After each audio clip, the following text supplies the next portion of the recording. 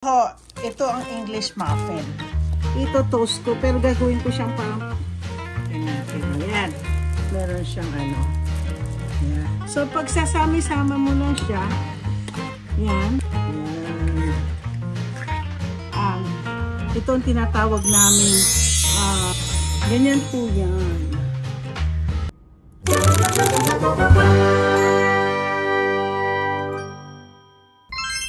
Good morning! Morning na ngayon. Kaya po ako mag-food vlog. Sana ito short lang dapat. Kaya lang marami nag-request sa akin kung pwedeng, kasi si Teacher Den, ngayon lang nalaman niya yung Egg Benedict. So kung pwedeng, sabi ko paborito ko yan, ginagawa ko yan sa asawa ko. So gagawin ko yung Egg Benedicts according to, kasi asawa ko allergic siya sa dairy. So ngayon, ang gagamitin ko, ito yung plant-based. Siyempre, yun lang naman, plant-based. At saka pwede naman siya sa eggs. So, ipapakita ko pa sa inyo paano ko ginagawa ang Egg Benedicts. Guys, gagawa muna tayo ng Hollandaise. Ito isang French sauce para sa isang Egg Benedict. It will never be an Egg Benedict kapag wala ito. So, ano lang natin is eggs,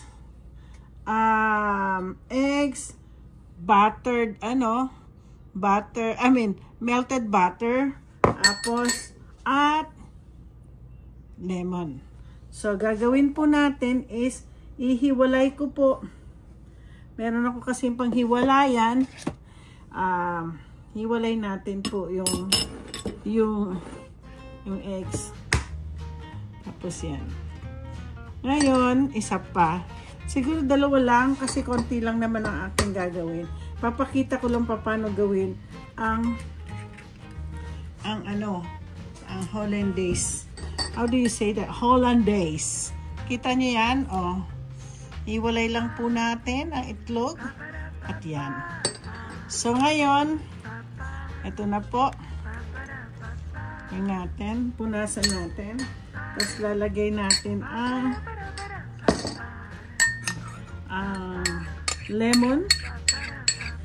Lemon siya. Ang nakakatuwa, shout out ko si Minicio. Isa siyang chef pala sa Canada. Sabi niya, turuan kita pa paano gumawa ng tawag nito, yung Hollandaise na to. Nasa inyo po kung paano yung anuhin. Pero ang three basic na paggawa nito is lemon, melted at saka melted butter, tapos yan. Lalagyan ko na po ito.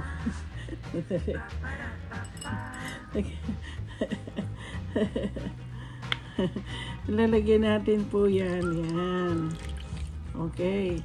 Tapos nasa inyo kung gusto nyo lagyan ng medyo maanghang ng konti, di gawin nyo pong siya.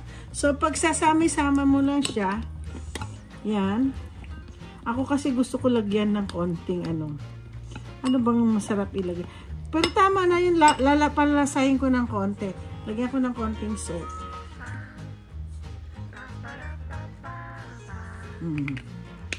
Para masarap-sarap siya ng konti.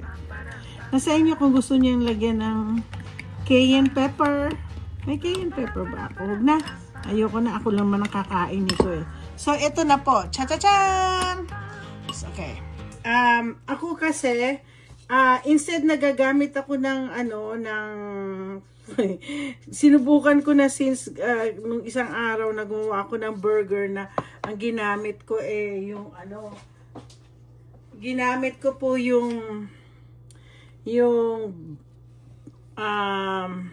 pandesal.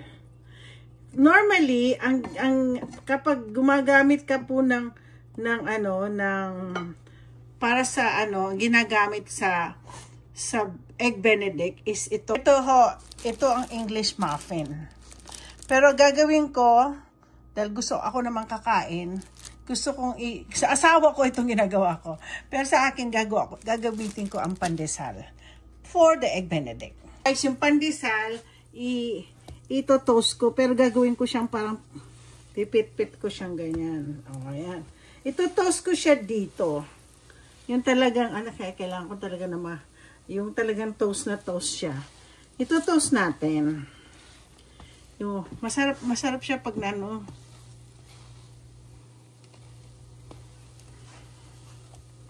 Yeah. Ang ginamit ko star margarine. Ay! Kailangan i-ano ko siya. Ipit-pit ko siyang ganyan. Ang tinapay. Para ano siya, maging manipis. Ito toast ko siya sa star margarine. Alam, maka-Pilipin. Alam niyo, pwede naman yung gawin din to. Diyan sa Pilipinas. Pwede din yung gawin yan. Ay! Naku, nahulog. Ngayon, yan natin. Ayan. Meron siyang yeah. So, igaganyan natin siya. Yan. Yeah. Pwede nyo gawin to. Kung wala kayong tinapay na kung walang English muffin dyan sa Pilipinas, hindi ko lang alam kung gaano kalaki yung pandesal nyo kasi malaki pandesal namin dito eh. So, ganyan. Pero, hanap na lang kayo ng tinapay na magiging parang ganyan. Okay? Ayan, toasted na po ang aking Ngayon, ito po, ilalagay natin, ang ginagamit ko, actually, ang Egg Benedict's ay po siya, itong tinatawag naming Canadian, bacon. Canadian bacon. Gugupitin ko muna.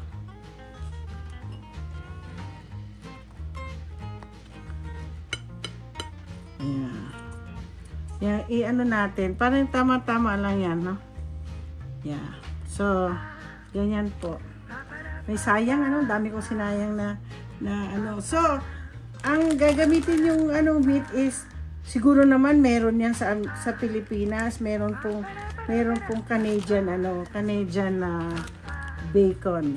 Oo. Ganito yung tsura ng Canadian bacon. Okay?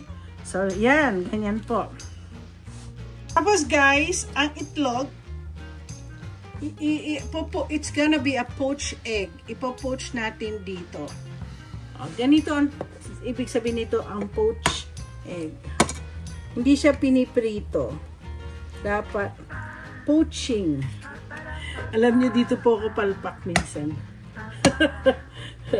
Sana po ako ay Yan.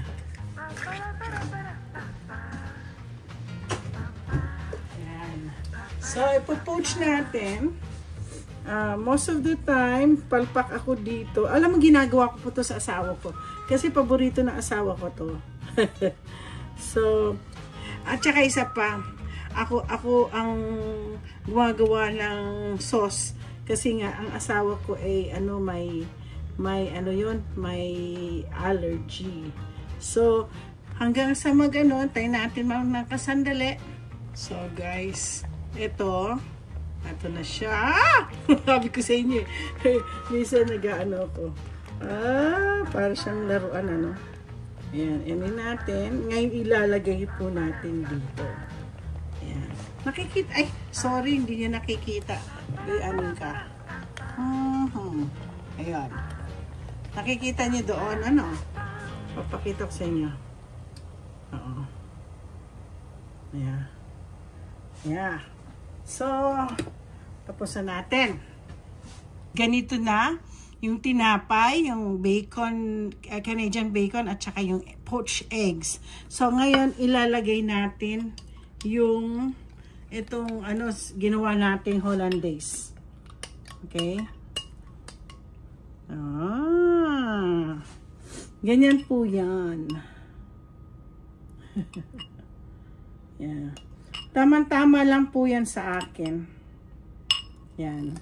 Igaganyan lang natin yung sauce na to. Yan. So, sino bang nag-request nito? I think, si Sister Emily yata nag-request nito. Itong ginawa kong egg benedict na breakfast, request po to ng isang subscribe. Actually, marami sila. Sister Emily, eto na po ang egg benedict. Kaya lang naglagay po ako ng avocado. For healthy reason. So, Sister Den, si Teacher Den, ayan ang egg benedict ala Tita Mariton. Kakainin ko yan ngayon. Ito ang breakfast ko. Okay guys, ito na pong breakfast ko. Kakainin ko na to. Ang aking egg benedict ala Tita Mariton. Kasi kaya Tita Mariton is because I use pandesal instead of the English muffin. So, ito na po. Ikakat nyo lang yan. Ganyan lang po yun. Yan. Tingnan natin kung masarap ang ang pandesal. ito yung order ko pag kumakain kami sa labas, lalo na sa Elmer's. Sarap. Okay.